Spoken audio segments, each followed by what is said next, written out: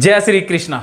CBT therapy, REBT therapy, हम OCD को कैसे ठीक करना है, खास करके कंटेमिनेशन ओसीडी को घर पर कैसे ठीक करना है आरईबीटी के द्वारा, ये हम वीडियो सीरीज के माध्यम से सीख रहे हैं। पिछले वीडियो आपको बहुत पसंद आए, बहुत सारे अच्छे कमेंट आए, इसके लिए मैं आपका तहे दिल से धन्यवादी हूं। आज का वीडियो आपके लिए बेहद ही कारगर, बेहद ही चमत्कारिक होने वाला है, क्योंकि आज के वीडियो में हम जानेंगे कि माइंडफुलनेस के द्वारा कैसे ओसीडी को ठीक करना है, खास करके कंटेमिनेशन ओसीडी को। अगर आपने पहले ओसीडी वाले वीडियो, सीबीटी थेरेपी के जो वीडियोस हैं, सीरीज हैं, वो नहीं देखी तो देख लीजिए, क्योंकि ये वीडियो गहराई से आपको तभी समझ में आ पाएगा जब आप पहले वीडियोस देख लेंगे। आज हम माइंडफुलनेस के द्वारा, आपने वो चार्ट तो बना लिया होगा, वो डायग्राम तो बना ही लिया होगा, नहीं बनाया तो कोई बात नहीं, आप बना लीजिए। A B C D E F. A से एक्टिवेटेड इवेंट, घटना, बी से बिलीफ, विश्वास, सी से कॉन्सिक्वेंस, परिणाम या नतीजे, डी से डिस्प्यूट और ई से इफेक्ट और एफ से है फीलिंग। घटना हम ले रहे हैं ओसीडी में, कौन सी घटना होती है? जैसे आपने क्या किया, आपने डस्टबिन को हाथ लगाया। डस्टबिन को हाथ लगाना यह घटना है।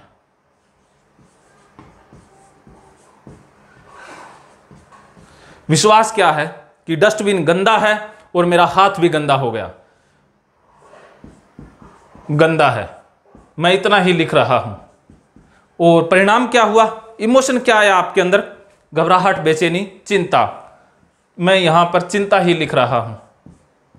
और डिस्प्यूट, डी करना है।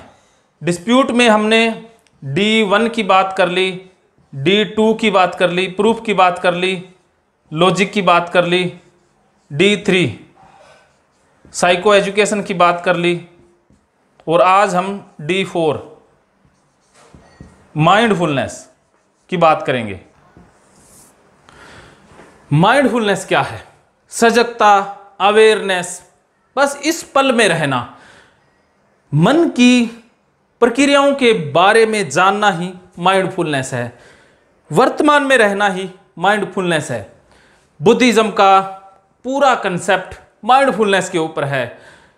बहुत अच्छे एक मनोवैज्ञानिक डॉक्टर त्रिलोचन जी और उनके गुरु पवित्र बाबा जी, वो अक्सर कहते हैं कि दुनिया में 3 फिलोसफी ऐसी हैं जिन्होंने बस दुनिया को बदल दिया। उसमें जैनिज्म, बुद्धिज्म और ताओते फिलोसफी। उसमें से जो बेस्ट कंसेप्ट निकल कर आया था माइंडफुलनेस का, वो है बुद्धिज्म। बुद्धिज्म में बात इसी की गई है, माइंडफुलनेस की। और जो विद्वान हुए जिन्होंने इन थेरेपीज के ऊपर काम किया, उन्होंने बुद्धिज्म के कंसेप्ट को माइंडफुलनेस नाम दे दिया। ये वास्तव में बुद्धिज्म का ही तो कंसेप्ट है कि वर्तमान में रहना, बस होश पूर्वक कार्य करना, जाग जाना।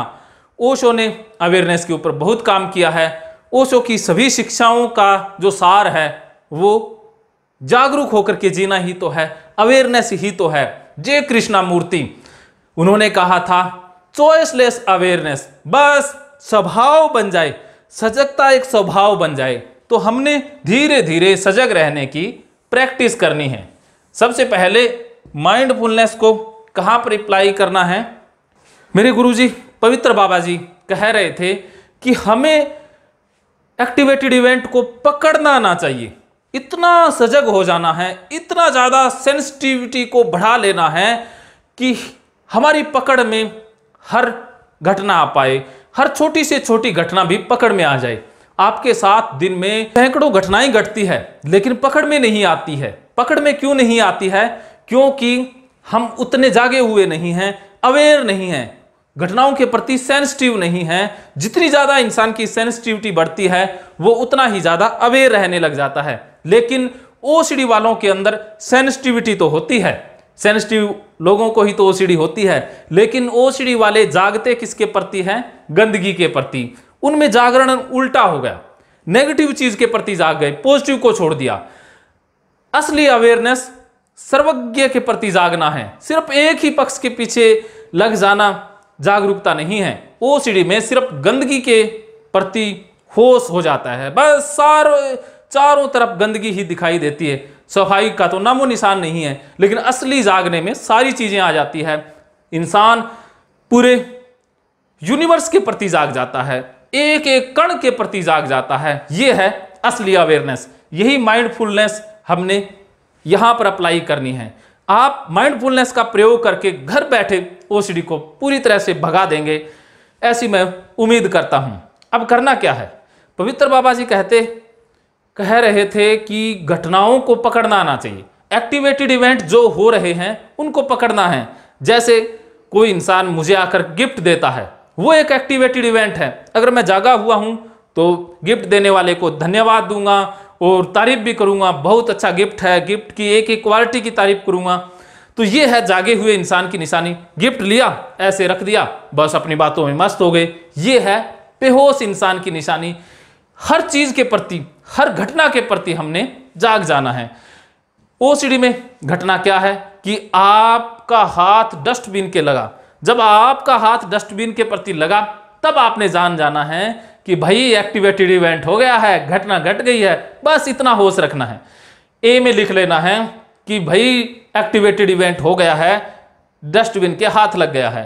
अब इसके प्रति जागना है कि मन में विचार क्या आया, मन में विचार क्या क्या उठ रहे हैं कि डस्टबिन तो गंदा है, जहां जहां हाथ लगाया वो भी गंदा हो जाएगा, गंदगी फैल जाएगी। मन की फंक्शनिंग के बारे में जाग जाना है कि अब मेरा मन क्या कह रहा है। आपने और गहराई से भी जानना है कि जैसे ही डस्टबिन को हाथ लगाया तो स्किन के द्वारा सूचना चेतन मन में गई, टच हुआ, आपकी आंखों ने देखा कि मेरी आंखों ने डस्टबिन को हाथ लगते हुए देखा और सूचना चेतन मन में चली गई और वहां पर विचार उठ रहा है कि भाई डस्टबिन तो गंदा है, हाथ भी गंदा हो जाएगा। वो पिछले कॉन्सेप्ट में हमने समझ ही लिया था, जो साइको एजुकेशन है उसके साथ इसे जोड़ दें। उसके बाद सांस तेज तेज होने लग गई, सांसों के पैटर्न में बदलाव आ गया। इसके प्रति जाग जाना है कि थोड़ी देर पहले मेरे सांसों के पैटर्न अलग थे, उनमें लय थी, लेकिन अब ये बहुत तेज तेज आने लग गए हैं, छोटे हो गए हैं, इनका पैटर्न बदल गया है। सांसों के पैटर्न के प्रति बदल जाना है। आंखों की मूवमेंट के बारे में, सांसों के पैटर्न के प्रति होश में आ जाना है, जाग जाना है कि सांसों के पैटर्न में कितना बदलाव आया है। आंखों की मूवमेंट, बॉडी के हर एक पार्ट के प्रति जाग जाना है। फिर मन की प्रक्रियाओं के प्रति जाग जाना है कि अब मेरे अंदर चिंता बढ़ रही है, देखिए चिंता का लेवल बढ़ रहा है, घबराहट भी हाई हो रही है, ये मेरे अंदर इमोशन पैदा हो रहे हैं, नेगेटिव इमोशन पैदा हो रहे हैं।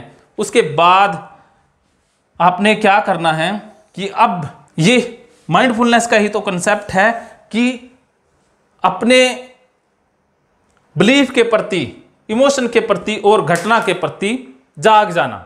इसके बाद जागना है डी, जो हमने न्यूट्रल रखा था, कंपल्सन, सी वाला, कि अब मेरे अंदर इच्छा उत्पन्न हो गई है। जो कंडीशनिंग में हमने पिछली बार जाना था कि बिलीफ सिस्टम के बाद इच्छा उत्पन्न होती है कि अब मुझे हाथ धो लेना चाहिए, अगर हाथ नहीं धोऊंगा तो गंदगी फैली रह जाएगी, बीमार हो जाएंगे, कुछ बुरा हो जाएगा।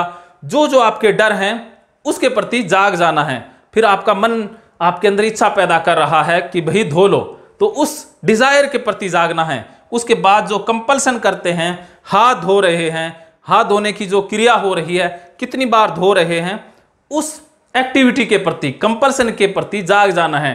कंपल्सन के बाद क्या हुआ, आपको शांति मिल गई, उस शांति के प्रति भी जाग जाना है। तो एक एक स्टेप के प्रति जागना है, होश पूर्वक एक एक स्टेप के प्रति अवेयर होते जाना है। ओसीडी भाग जाएगी, क्योंकि आप जाग करके कोई भी गलत कार्य कर ही नहीं पाएंगे, क्योंकि ओसीडी एक गलत कार्य है। एक महान थिंकर, एक महान वैज्ञानिक, मनोवैज्ञानिक पवित्र बाबा जी ने बात कही है, आप दुनिया में एक काम जाग करके नहीं कर सकते, वो काम है जाग करके आप गुस्सा नहीं कर सकते। और मैं ये कहता हूं कि आप जाग करके ओसीडी वाला कार्य नहीं कर सकते। अगर आप जाग गए तो ये प्रक्रिया ही टूट जाएगी, ये कंडीशनिंग डी कंडीशनिंग में बदल जाएगी। बस जाग जाना है अपने इमोशन के प्रति, हर एक मन के फंक्शन के प्रति जाग जाना है। कंडीशनिंग में हमने समझा था कि जैसे डस्टबिन वाली घटना हुई कि कंडीशनिंग में क्या है कि डस्टबिन, कंडीशनिंग को डीकंडीशनिंग में बदलना है। पिछला वीडियो कंडीशनिंग के बारे में था और हमने एक बात समझी थी कि डीकंडीशन करना है माइंडफुलनेस के द्वारा, तो वो आप सीख लीजिए। सबसे पहले डस्टबिन, उसके बाद विचार, उसके बाद चिंता, उसके बाद इच्छा, उसके बाद आप यहां पर लिख लीजिए कंपल्शन, राहत। अब हमने माइंडफुलनेस का कैसे प्रयोग करना है, इसे डीकंडीशनड कैसे करना है। इसे कंडीशनड, ये कंडीशनिंग के द्वारा हो रही है सभी चीजें, ये तो हमने पिछले वीडियो में समझ लिया था।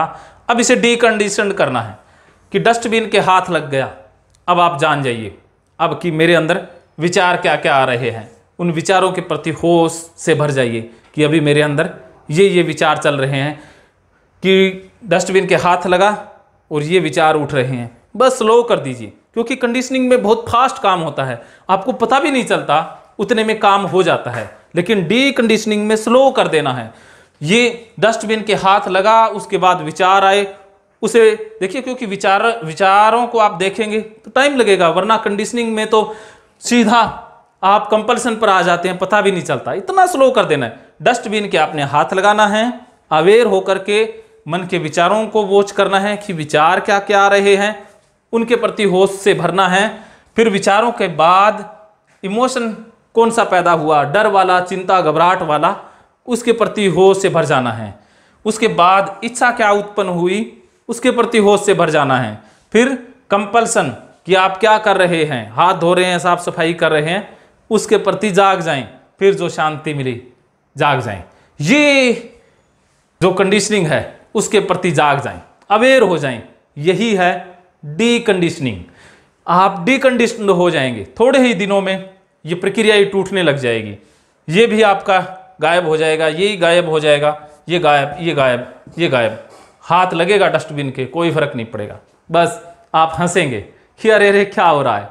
बस आपके अंदर जो विचार आएंगे उन पर आप हंसोगे, फिर आपके अंदर इमोशन ही अलग होंगे। बस ये डीकंडीशनिंग हो जाएगी। ये बहुत खूबसूरत है कि आपके अंदर जब भी विचार आए, उन विचारों को वैल्यू देने की बजाय उनके ऊपर हंसना है, उनके ऊपर आपने मस्ती करनी है, उन विचारों की बेइज्जती कर देनी है, आप एकदम से ठीक हो जाएंगे।